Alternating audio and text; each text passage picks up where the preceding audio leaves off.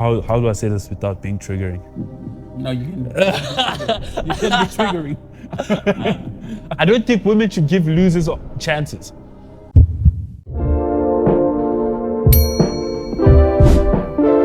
So what up, guys? Welcome back. My name is Luke, and yes, I've got a visitor today. Got someone on the podcast, a familiar face.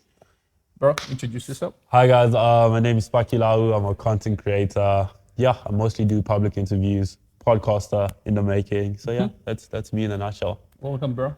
Thank you for having me. It's a pleasure. It's really a pleasure, bro. Funny enough, I actually thought, I was like, will you respond? Oh, did you have me? And yeah, like when I messaged you, I was like, oh my God, will you respond? And it's like last minute. Not only that, I thought, okay, cool. Maybe it might not be this Sunday. It might be next week Sunday. But you agreed to be like, nah, bro, let's just do this, bro. Yeah, I'm very much like trying to do stuff as soon as possible. Like, because when you let things sit for too long, excuses come up, this. So I'm like, I'm free now. Why not? Let's go. True. Yeah, let's go. Thank you, bro. Thank you for pulling through. I know this was last minute, but the show must go on, right? Exactly. So, where do we even start? Show, buddy. You tell me. Well, I watched your whole conversation with Chief Matt. Yeah. And I found it very interesting. Okay. I found it very interesting because he painted the whole picture, and there were a lot of questions you guys asked. And I think one thing was, I think it's even the title of one of your videos. Why do good guys finish last? Yeah, some of them don't finish, eh? They don't even get the opportunity, bro. Well, that's true. Sorry, continue. No, but that's true. I mean, and I think you're trying to point out one fact about these guys are actually not good guys at all.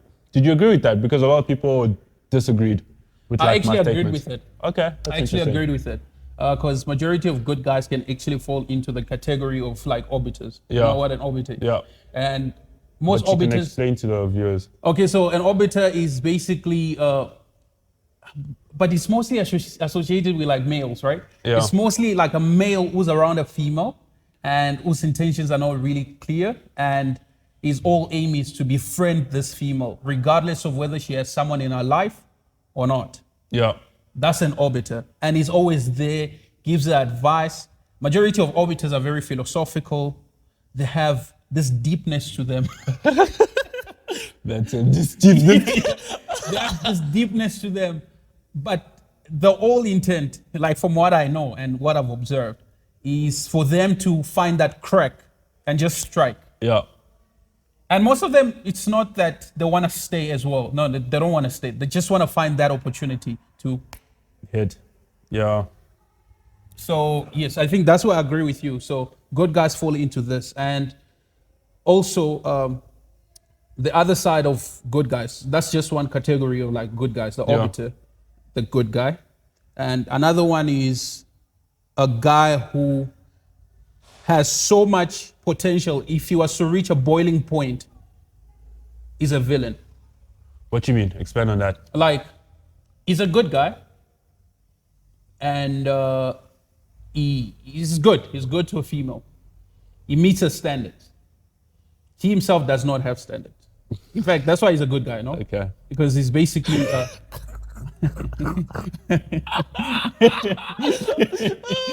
can't even say. I hear what you're saying. Yeah, It's just so like- he's basically. I mean, bro, if you are depending on the next person for standards, do you really have standards? Yeah, that's true. So it's like. You're malleable. You bend towards whatever their criteria is. So, Exactly. yeah. So it's not, you're not really putting your foot down and be like, okay, this is me, this is what I stand for, and I cannot do this. You actually have no boundaries. Yeah. So those type of guys are actually not good because they have a boiling point, which is like a demarcation into their other side of their character. Because think about the fact that if he's really this good, imagine when he's a villain. It would also be good. It depends on like the situation. Exactly. you present it So for him yes, to I actually mold. agree with you on that. That's what just say, maybe you just hurt real. I was like, damn, Matt, don't do me like that. Yeah, for me, I don't know. I try and like think I try and see both sides. So when he did challenge my thoughts and be like at the end of the day, they are still good guys, which is fair. Yeah, they are still good guys. But like I said, it's like intent. It's like, why are you doing a good deed? What's the justification of a good deed? If the good deed is just to like sleep with the person, then you're not really good. It's a good act, but you're not a good person. True. You can do good acts, but you like what's the prime source of that act? So now there is more character to the second guy. Yeah. Who's not an orbiter. Yeah. So basically it's the intent. Yeah. So if his intent in doing all this is just to smash and go, then he's actually not a good guy. He's not a good guy.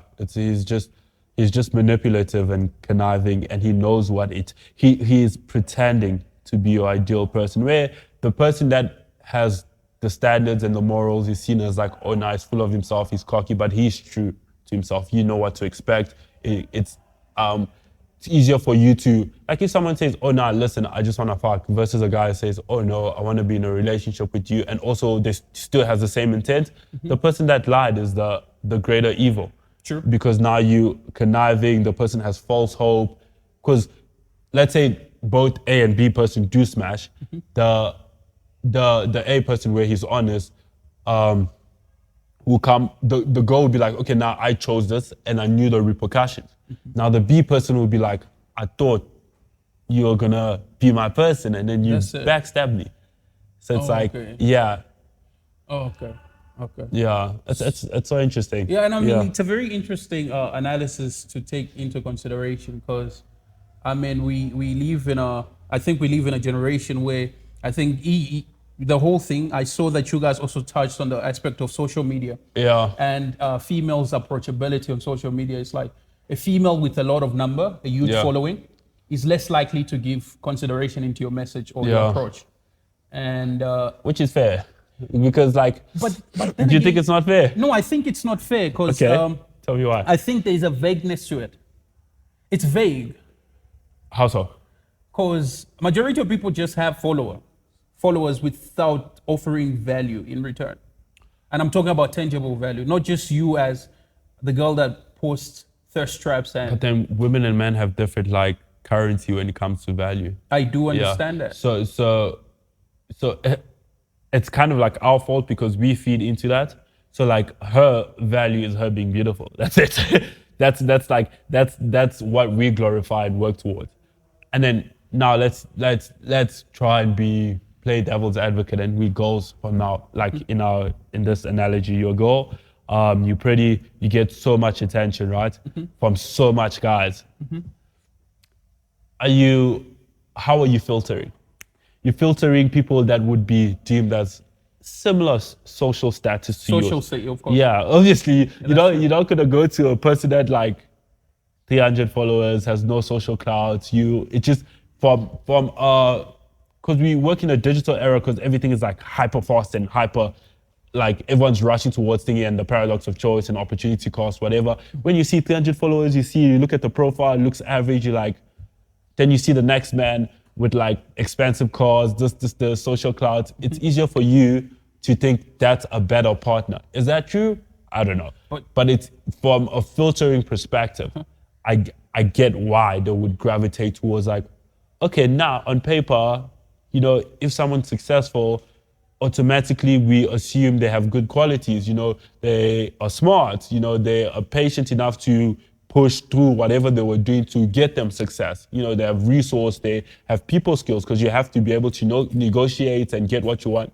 So it's like there's so much intrinsic value that you can see from a guy with a high social media following, or like a successful guy, not even high social media following, a successful guy. There's already so much traits allocated to him, and granted it's subconscious. Like I don't think girls are like, oh no, this guy is successful, therefore he has X, Y, and Z. I think it's just an automatic response. Okay. Yeah, that's why I think like, if I was a girl, I'd probably be acting the way they do. No, which is true. I'll gravitate towards that. Yeah. I'm not arguing that. Okay. I'm actually arguing on the part that's vagueness to it, because majority of people. It's just face value. Okay. It doesn't really boil down to, intrinsic values.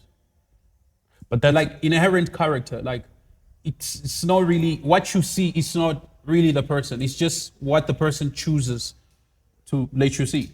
but you can only judge from what the person chooses to let you see. That's so true. it's like we cannot look at social media and then get this person who's intrinsic value. You know, that's not how it works. So we work off what we have.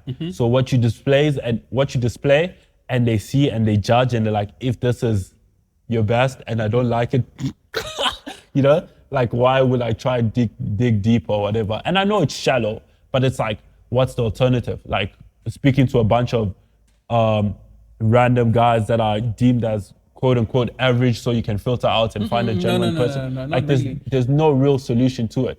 I think the way it's being done makes the most sense. Do you think is the best solution?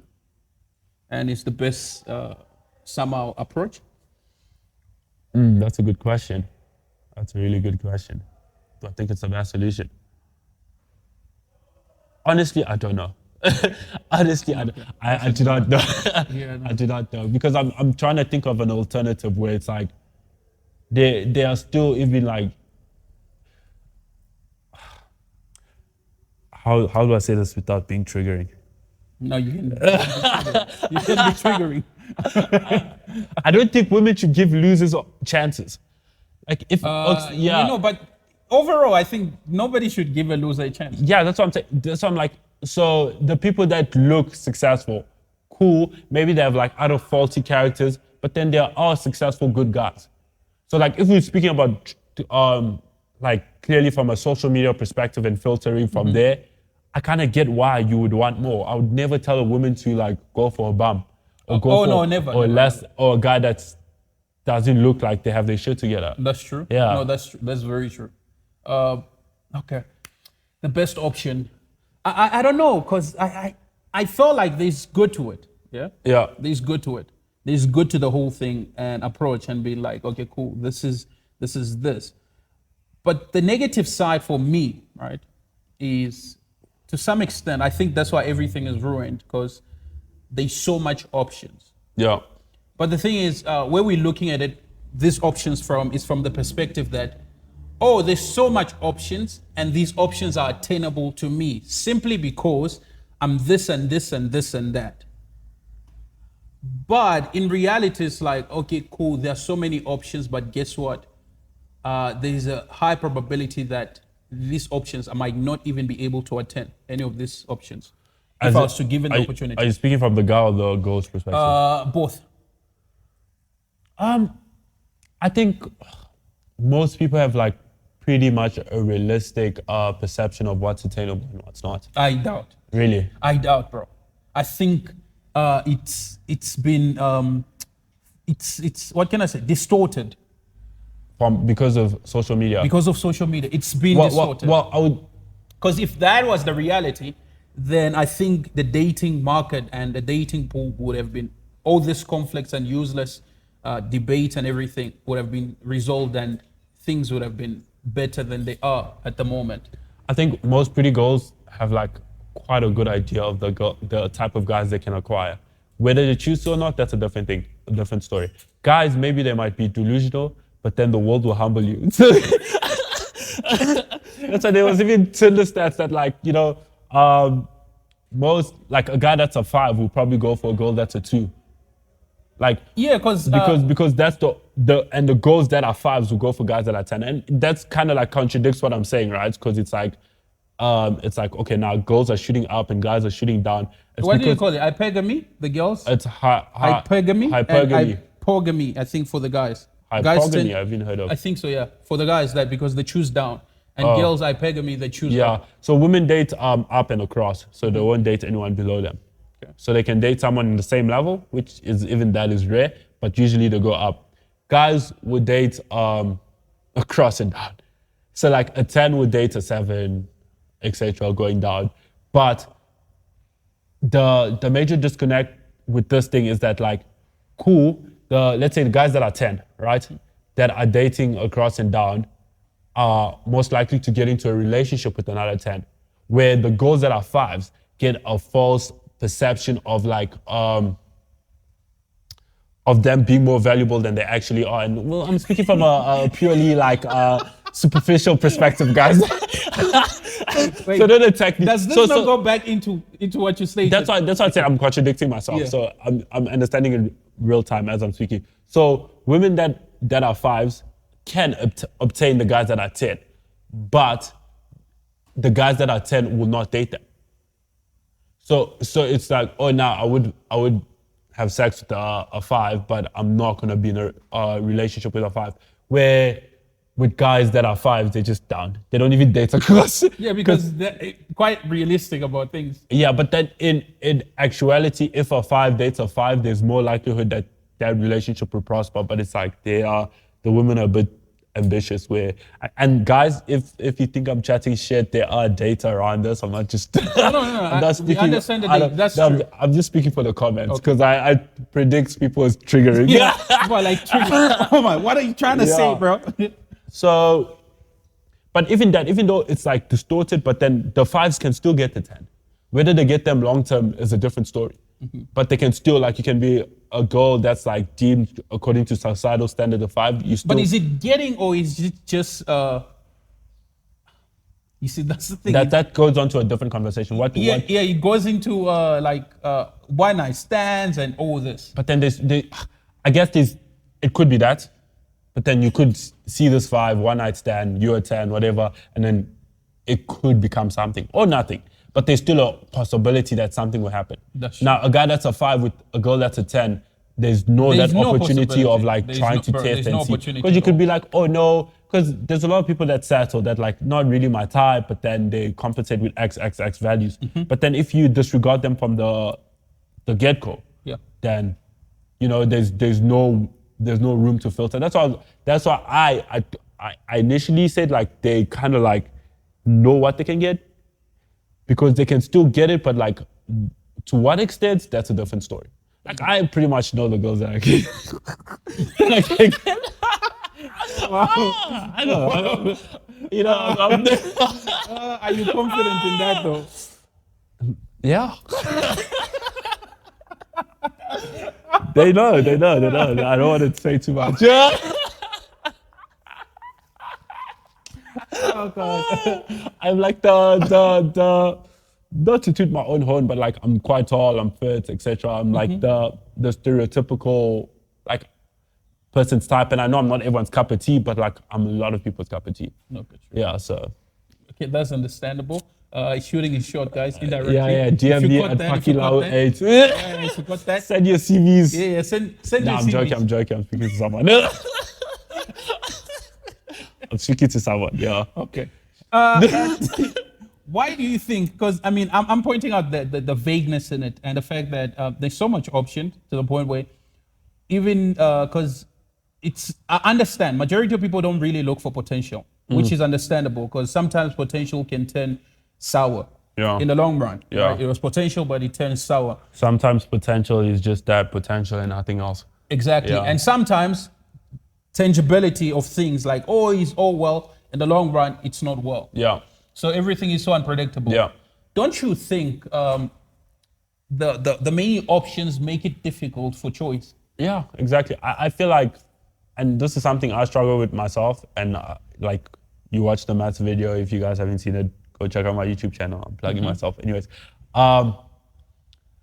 because you have so much options, you're kind of like scared to make the wrong decision, and you're weighing everything against everything else. And like going back to even the intro, I don't know how you're gonna edit this, but like everything is opportunity cost. I know that I need to, like, I know it's a trade-off, and I know I need to, you know, the J. Cole track, Love Yours, you know, there's no such thing that someone that's better than yours, whatever. I know all that shit, I can like rationalize it, but then when it comes to actively acting, and this is like a bit of a diversion, but like it's really different. And I was speaking to a friend of mine, it's really different when you have the options not to like stick to one person. Like even, well, this sounds toxic, but like it was a greater conversation where one of my boys were like, you're only as loyal as your options. where some Well, that's true. I don't know about that, but like No, but that's true. But But, like- it depends on who. yeah, it depends on your Like, characters and stuff. In as much, it depends on your character, and it just depends on how satisfied you are. Yeah. And how good you are with your. So yeah, decision making. but the nature of why I'm saying that is like it's easy to be like on your high horse when no one is approaching you, when That's you the can only thing. get one person. You see, that's what yeah. I was talking about. To say, in as much as people really think, oh, that option is attainable, but realistically, when you step out there, is that option attainable? I mean, maybe I'm just skewed with my own worldview. Maybe I can't speak for the everyday man. No, I'm joking. I hear you. You're right. But you get it, right? Yeah, I hear it's you. like I hear you. majority of people. This is. Now you're actually right. A lot of people's perception of like what they can obtain is like not accurate. It's like you telling a person, a guy. Okay, let me not touch on the ladies because it's very sensitive. You're telling a guy, nah, bro, you out of shape. He's like, nah, bro, I'm in shape. Yeah. And guess what?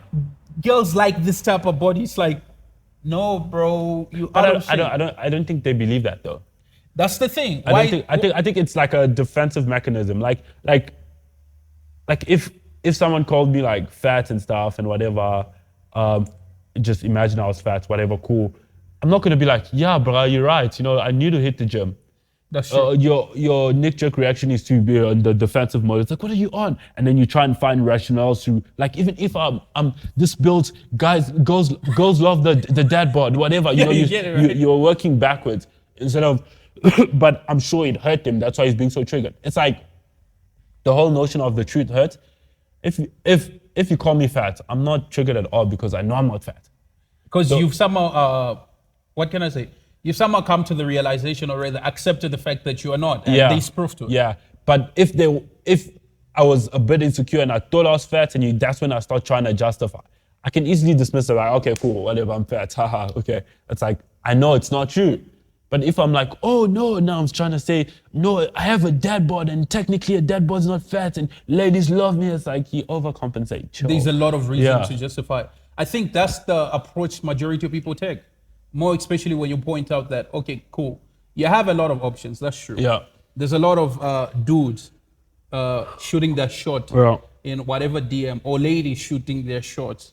But there's a high probability that most of them won't be around for a long time. And they're not really, long term and they're not attainable, But the goals, both sides. what you mean not going to be around for a long time? Because majority of people just want to be around people for the status. If shit was to hit the fan, Yeah, but also that's, we are opening so much floodgates with the conversations. But I don't know how I feel about like loyalty, not in the sexual sense or whatever this is, but more so in the sense of like, if shit hits the fan and you're not picking yourself up, what must happen? okay, that's another case. That's another story. So that's what I'm saying. I don't want to like divert too much, but then like I kind of get sometimes where like, if No, some actions from some people, like a partner. Let me say you're in a relationship, a guy's in a relationship with a female, and shit hits the fan, he's down low, right? Yeah. And he's not picking himself up. She actually has the option to be like, you know what, bro, I've told you multiple times, I can't do this. She actually has a choice. Yeah. But I'm talking about in the sense where these people love the person for who they are and not for what I can get. I also don't agree with that. I'm very like cynical. Like, yeah. I think we live in a society where we have this notion that people love people for who they are, which I don't think is entirely right. Okay, no, not like, what does that even mean? What does that statement for? Okay, it's like, let me point out the obvious. Of course, you can't love a person for. No, you can actually love a person for who they are, How? including the benefits they offer, how they make you feel. All this, you can. You can. And personally, I don't think love is just love. No. So I love you because of this and Yeah. that. It's always like that. there's no such thing as I love you. It's like, okay, cool. Why do you do that? Yeah, but then if it's because of what, then it's not just because of who you are. No, but everything you have and it's who you are, bro. But then, like the example you mentioned, when the thing gets taken away, the love could subside because you could become like an asshole. But I still need to, if I have the mindset of I love you for who you are, then I'll still love you for who you are. Yeah, no, but the because person you're an has changed asshole. though. But it's still who you are. Okay, true. Yeah, no, Are you a different person now? Have you changed? Yeah, no, he has changed. He's no longer who he was. Then about how do we define who you are? Which, like, it's like whatever makes you you, that's why I love you. Now you're saying if you change, because everyone changed, then like what does it mean to love someone for who they are? I'm a different person from the person I was yesterday. Okay, so it should be like no, but I personally feel like there's those values that can change.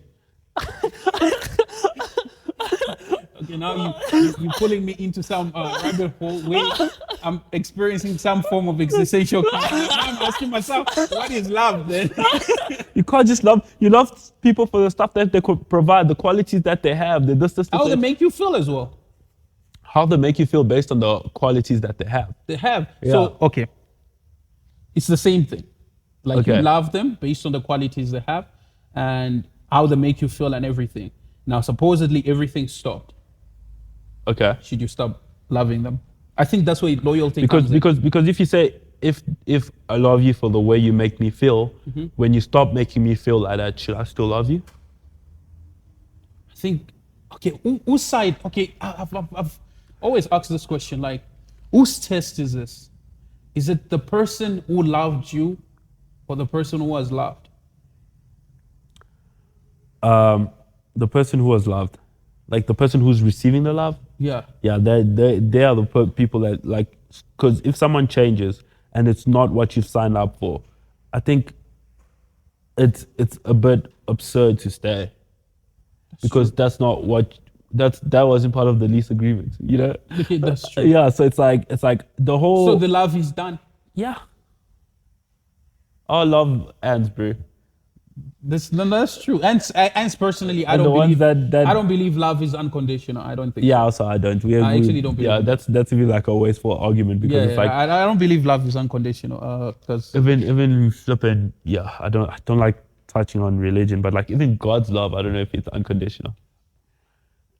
which is another topic I really with a friend. I spoke with a friend, and the question was simple.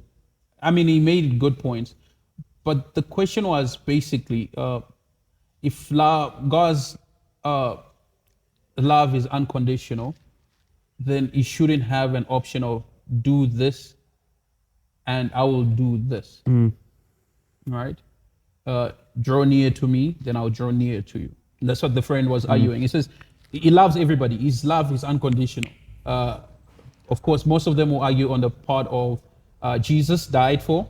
We're going into religion, yes. yeah. Jesus died. Did he have to die? No, he didn't have to die.